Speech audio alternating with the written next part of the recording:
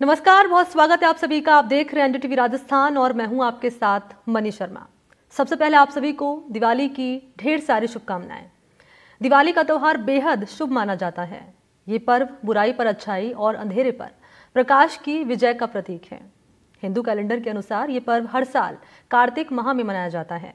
ऐसी मान्यताएं हैं कि जो साधक इस दिन माँ लक्ष्मी की पूजा करते हैं उन्हें अपार धन दौलत की प्राप्ति होती है, क्योंकि इस दिन माँ पृथ्वी लोक पर अपने भक्तों के सभी दुखों को दूर करने आती हैं, साथ ही उन पर अपनी कृपा बनाए रखती हैं।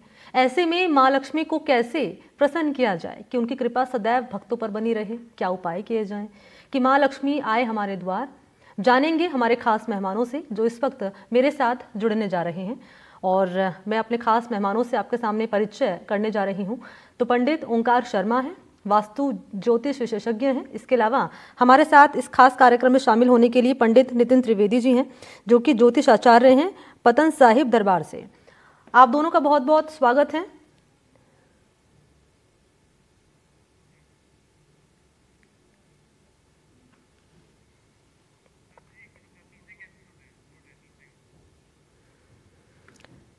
तो ये खास चर्चा हम लगातार यहाँ पर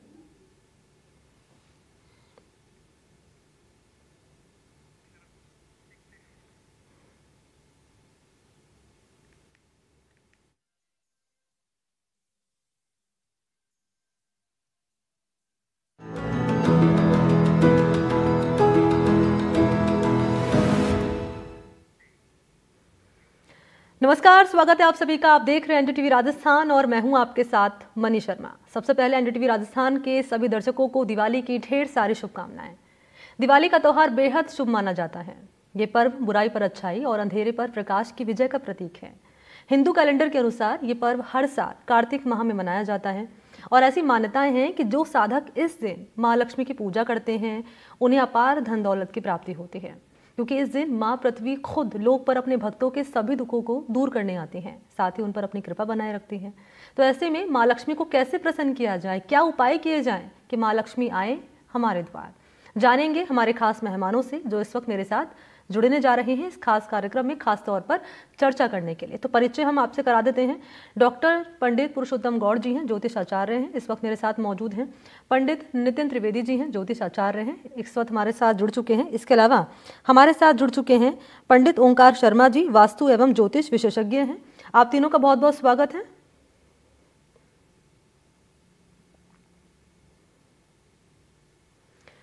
तो खास मेहमान हमारे साथ जुड़ चुके हैं ज्योतिष आचार्य जी। सबसे पहले लिए चलते हैं पंडित पुरुषोत्तम गौड़ जी के पास, इस वक्त हमारे साथ जुड़ चुके हैं।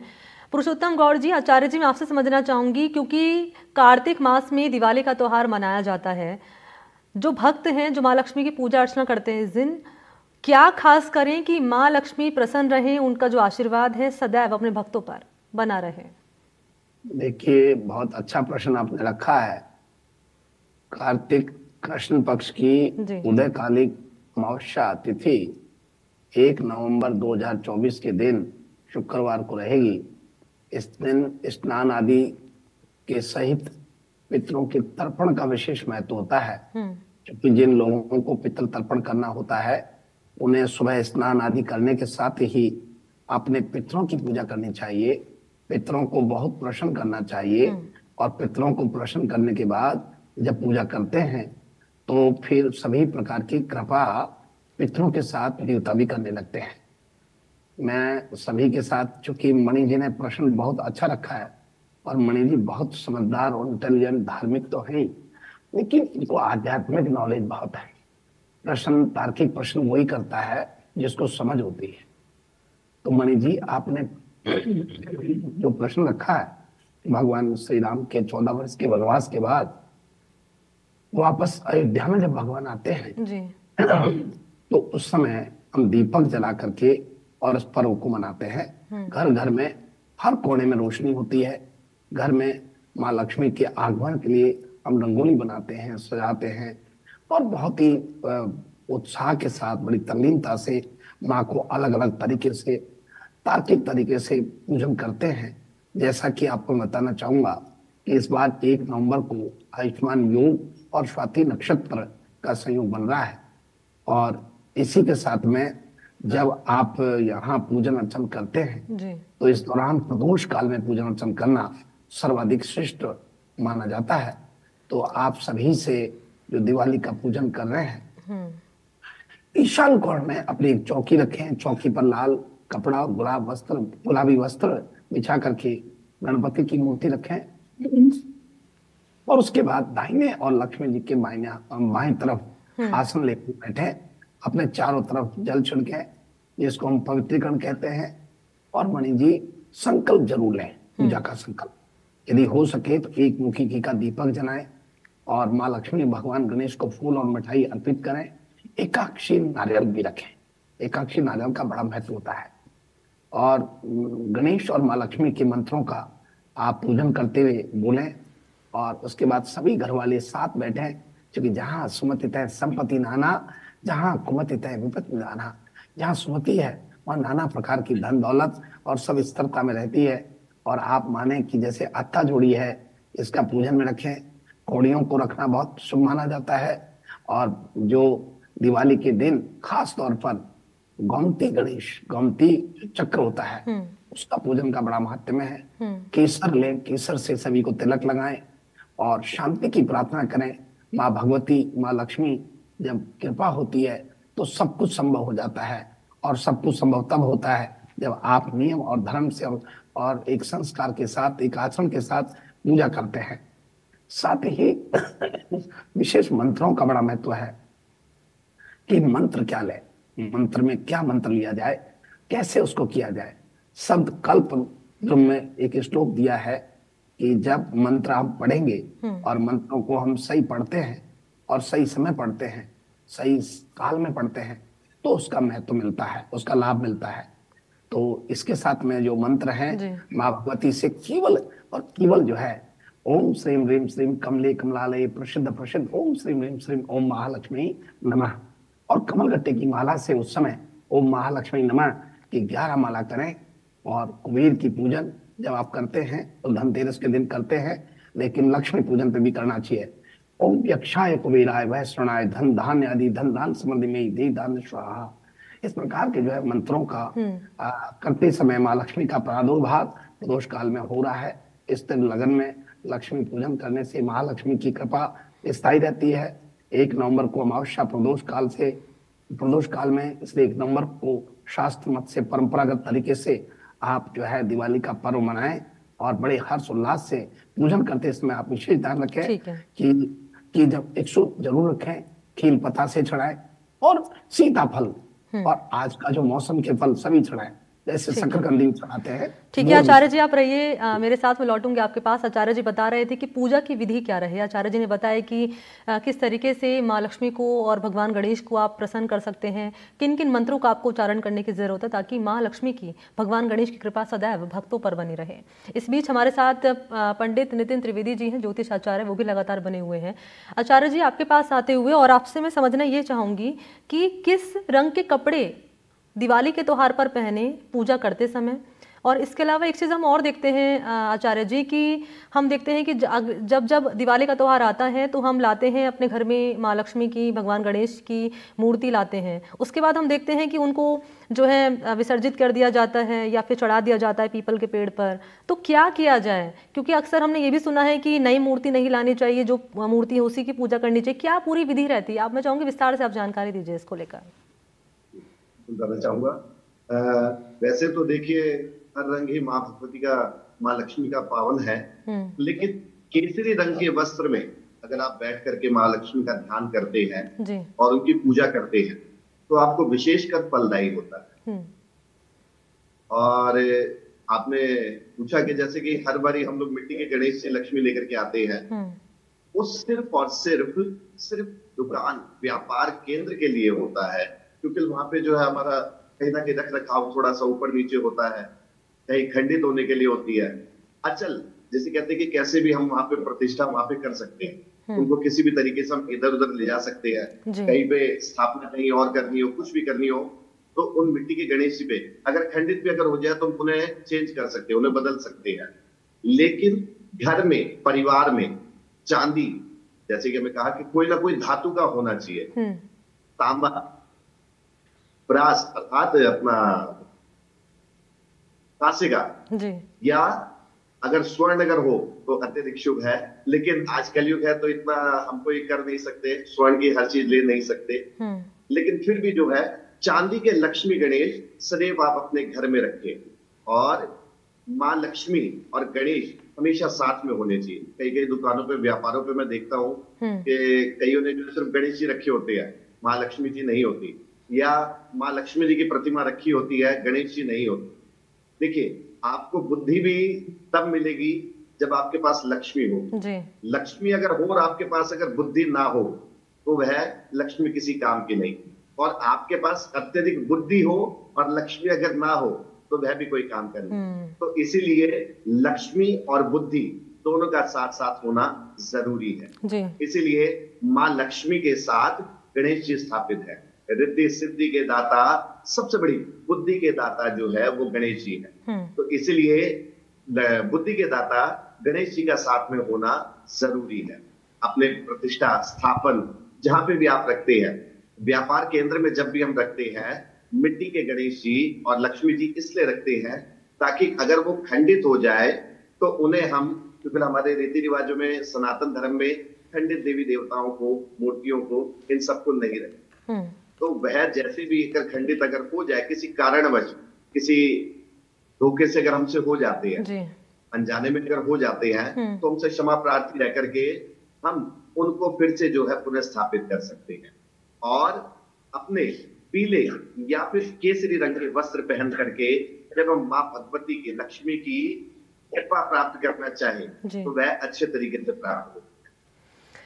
बिल्कुल, किस रंग के कपड़े पहनकर भगवान गणेश की, माँ लक्ष्मी की पूजा अर्चना करनी चाहिए, पंडित नितिन त्रिवेदी जी बता रहे हैं। इस बीच हमारे साथ पंडित ओंकार शर्मा जी हमारे साथ जुड़ चुके हैं। आचार्य जी, आपके पास आते हुए और आपसे समझना ये चाहेंगे, जानना चाहेंगे कि मुहूर्त क्या रहने वाला है पूजा का, किस शुभ मुहूर्त में भगवान गणेश की, माँ लक्ष्मी की पूजा अर्चना की जाए, और आपसे ये भी समझना चाहेंगे कि भोग क्या लगाएं। सबसे पहले तो आपको दीपावली की हार्दिक शुभकामनाएं मेरी तरफ से। जी, आपको भी। दूसरा, नितिन जी ने जो अभी बताया था लक्ष्मी जी की और मूर्ति के लिए, तो मूर्ति हमेशा जो स्थिर अपने लगी हुई है उसी को रखना चाहिए। लोग क्या हर साल नई मूर्ति को खरीद करके लाते हैं, भगवान कभी पुराने नहीं होते हैं जी। तो लोग पूजा करने के बाद में मूर्ति को भी विसर्जन कर देते हैं। विसर्जन उसका नहीं करना चाहिए। जितना उसका 1 साल तक पूजा करेंगे मूर्ति प्रतिष्ठित हो जाती है, आपको फल देने वाली हो जाती है, उसमें व्यापार बढ़ाने वाली हो जाती है। तो उस मूर्ति का कभी जब तक खंडित नहीं हो उस मूर्ति का कभी विसर्जन नहीं करना चाहिए। दूसरा, आपने पूछा है दीपावली समय के बारे में जी। तो लगन और चौगड़िया के अनुसार पूजा होती है। तो सायंकाल में एक लगन जो है वो 4:54 पे आ रहा है, वो 6:29 तक है। उसके बाद में वृक्ष लगन आ रहा है 6:29 से 8:24 तक है। फिर मिथुन लगन आ रहा है, कर्क लगन आ रहा है। लेकिन जितने भी लगन हैं उसमें सबसे श्रेष्ठ लगन जो है वो सिंह लगन माना गया है जी। और पुराने समय में विशेष करके लोग जो है सिंह लगन में ही ज़्यादा पूजा करते थे। सिंह लगन और वृक्ष लगन दोनों स्थिर लगन में आते हैं और सिंह लगन लक्ष्मी का प्रतीक माना गया है। सिंह लगन रात्रि काल में लेट आता है। इस वक्त जो है 1:03 पे आ रहा है और 3:03 तक रहेगा। तो आप सिंह लगन में पूजा करें तो बहुत अधिक श्रेष्ठ रहेगा जी। इसके अंदर आप कमलगट्टे पूजा में रखें, साबुत धनिया रखें, हल्दी की गांठ रखें, कमल का फूल रखें और लक्ष्मी गणेश जी की प्रतिमा रखें। विशेष करके आप कोशिश करें कि गणेश जी की जो प्रतिमा है उसका सूंड राइट साइड में हो तो विशेष फलदायक होता है। और लक्ष्मी माता की प्रतिमा भी 2 प्रकार की आती है, एक लक्ष्मी जी बैठी हुई होती है, एक लक्ष्मी खड़ी हुई होती है। लक्ष्मी बैठी हुई होती है वो स्थिर रहती है और खड़ी लक्ष्मी जो है वो चलायमान स्थिर कम रहती है। तो मेरा निवेदन ये है कि आप लगन के अनुसार करें और राशि के हिसाब से जो लगन बन रहा है उसके हिसाब से पूजा करें तो ज़्यादा फलदायक होगा। लगन के हिसाब से किसी कारणवश आपका समय सूटेबल नहीं है तो आप अमृत लाभ शुभ का चौगड़िया देख करके अनुसार भी आप कर सकते हैं। रात्रि काल में श्री सूक्त का या गोपाल सहस्रनाम का पाठ भी अगर आप करें तो आपके कारोबार में, व्यापार में दिन दोगुनी रात चौगुनी विशेष उन्नति के योग बनते हैं और परिवार के लिए शुभ रहता है, अच्छा रहता है जी। ठीक है, आचार्य पुरुषोत्तम गौड़ जी भी लगातार बने हुए हैं। आचार्य जी एक बार फिर से आपके पास आते हुए और अब रुख कर लेते हैं, जातकों के बारे में जान लेते हैं। किस राशि के जातक को क्या खास दिवाली के त्योहार पर करना चाहिए? देखिए, ये आपने बड़ा अच्छा प्रश्न किया कि राशिगत लक्ष्मी का पूजन कैसे करें, ये बात सही।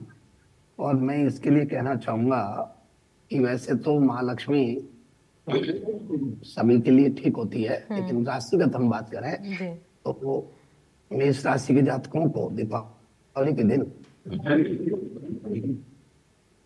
के दिन जो पूजन अर्चन का भाव रखते हैं और उन्हें पूजा किस तरह से करें, शुक्र यंत्र लेकर के, शनि का यंत्र लेकर के और मंत्रों से अभिमंत्रित करके, और आप जो है शुक्र के यंत्र को और शनि के यंत्र को प्रतिष्ठा कर ले और फिर उसे अपने घर में स्थापित करें और नित्य पूजा करें, इससे लक्ष्मी की प्राप्ति होती है। और दीपावली के दिन ऋणहर्ता मंगल स्तोत्र का पाठ करें। मंगलो भूमि पुत्र शरणता धन प्रदास्त्रासनो महाकाय सर्वकर्म योधक लोहितो लोहिताक्षम गानम कृपा करम दहात्मजा। इस प्रकार से जो है इस मंत्र का जो है पाठन करें और ये मैं समझता हूँ कि 11 बार करने तो बहुत अच्छा होता है। अब वृषभ राशि की बात, दीपावली की रात्रि के आरंभ कर लगातार 7 दिन तक लगातार आप महालक्ष्मी के यंत्र के सम्मुख बैठ करके कमलगट्टे की माला से ओम महालक्ष्मी माँ विद्युत तरीके से करें। और ये कर देने से 11 माला करें, 7वें दिन ब्राह्मणों को भोजन कराया जाए तो आप ये समझें कि अभिमंत्रित हो जाता है। और दीपावली शुक्रवार के दिन पड़ रही है, इसलिए विष्णु भगवान का पूजन करते हुए मैं धन का नाम ले और इस प्रयोग को करें तो वृषभ राशि वालों की कोई कमी नहीं रह सकती। बड़ा सरल तरीका है, बहुत सरल भाव से इसको आप समझ सकते हैं। अब मिथुन राशि की हम बात करते हैं तो दीपावली के दिन चांदी का श्री बनवा करके श्री लक्ष्मी के मंत्रों से पूरी गले में धारण करें और उसे एक निश्चित धन लाभ स्थान पर रखें। इससे क्या निर्देश सिद्धिदाता गणेश जी, लक्ष्मी जी संयुक्त रूप से होने चाहिए, तो ये तिजोरी में रखने से बहुत लाभ होता है। अब हम बात करते हैं कर्क राशि वाले लोगों के लिए, तो सूर्य का यंत्र बनवाएं, शुक्र का यंत्र बनवा करके अभिमंत्रित करें और घर के मंदिर में 1 वर्ष के लिए स्थापित करें, नित्य दर्शन करें। पूजन करने से माँ लक्ष्मी की बहुत कृपा प्राप्ति होगी। और आप ये माने कि पहली बार जब चंद्रमा दिखे उस दिन अगली पूर्णिमा तक हर रोज रात को केले के पत्ते पर दही भात रख करके चंद्रमा को दिखाएं कर्क राशि वाले, तो धन की कभी नहीं आ सकती, कभी नहीं आ सकती। और सिंह राशि की बात करें तो दीपावली के दिन बुद्ध यंत्र अभिमंत्रित करके घर के मंदिर में 1 वर्ष के लिए स्थापित करें, नित्य दर्शन करें। पूजन करने से लक्ष्मी माता की असीम कृपा प्राप्त होती है। ओम नमो नारायण नमः विष्णु जी के सम्मुख जाकर के रोजाना इस तरह बोलें तो इसका बहुत बड़ा प्रभाव होता है। कन्या राशि की बात करें तो देखिए दीपावली के दिन चंद्रमा का यंत्र लाए, शुक्र का यंत्र लाए, इसे अभिमंत्रित करें, घर के मंदिर के स्थापित करें तो इससे आर्थिक संकट दूर होता है और वो इसका दर्शन करें। ऐसे मान लीजिए कि साक्षात लक्ष्मी की कृपा होगी। दीपावली को लाजावत नाग को चांदी में जड़वा करके लक्ष्मी के मंत्रों से अभिमंत्रित करके मध्यमा अंगुली में धारण कर ले तो जातक धनवान रहता है, पैसे वाला रहता है। उन्हें सुने लाजावत नाग की चांदी बनवाए तो ये बड़ा लाभ देता है। तुला राशि वालों की बात करें तो श्री यंत्र की प्राण प्रतिष्ठा करवानी चाहिए इस दिन और उसको फिर अपने घर में स्थापित कर दें तो सभी दुख रोग दरिद्रता का नाश होता है, सभी तरह के भौतिक सुख शांति आनंद की प्राप्ति होती है। ये बहुत ही महत्वपूर्ण है कि इस दिन करने से बहुत लाभ मिलता है। वृश्चिक राशि की बात करें तो दीपावली के दिन गुरु यंत्र व बुद्ध यंत्र अभिमंत्रित करके घर के मंदिर में स्थापित करें और लक्ष्मी की कृपा प्राप्त होती है। मंगल यंत्र के सम्मुख दीपावली से शुरू करके नित्य ऋणहर्ता मंगल स्तोत्र का पाठ करें, धन की बरकत होगी। और अब धनु राशि की बात करें तो धनु राशि वाले लोग शुक्र यंत्र अभिमंत्रित करके घर के मंदिर में 1 वर्ष के लिए स्थापित करें। और उसके बाद मैं एक मंत्र बताता हूँ, ये मंत्र का जाप करें तो बड़ा लाभ होता है। ओम श्रीम ह्रीम क्लीम ऐं सौं ओम ह्रीम का ई ला हिं, इस तरह मंत्र का जाप करें। और हम बात करें मकर राशि की, तो देखिए माँ लक्ष्मी को नित्य प्रणाम करते हुए शनि यंत्र की पक्ष में स्थापना करें, बहुत लाभ होता है। कुंभ वालों की बात करें तो इस दिन अपने घर में आप लक्ष्मी जी का दर्शन करते हुए पानी रखें। और दूसरा ये करें कि आप बहुत प्रसन्नता से लक्ष्मी जी का जो है कमलगट्टे की माला से लक्ष्मी जाप करें।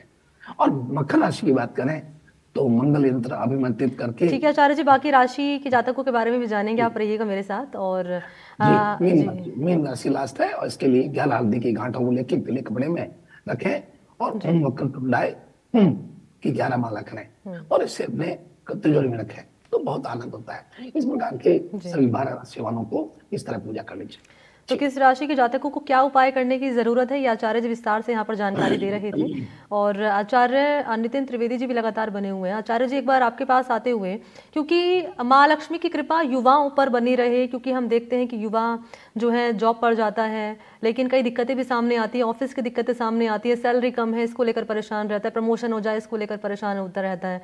ये दिक्कतें सभी दूर होंगी जब माँ लक्ष्मी की कृपा उन पर बरसेगी। तो क्या युवा खास तौर पर करें? हमारा वैसे युवा तो देखिए बिना युवा के हमारा संगठन नहीं है। हमारा सनातन धर्म भी कहता है कि अगर युवा घर के लिए अगर घर से बाहर अगर निकलता है तो कमा के घर को ही लक्ष्मी से भंडार भरपूर करता है। कहते थे पहले एक कमाता था 6 खाते थे, पर आज 6 कमाते तो भी एक की भरपाई नहीं कर पाते। उसका कारण है हमारे दैनिक आचरण में कुछ ना कुछ गतिविधियों का बदलना।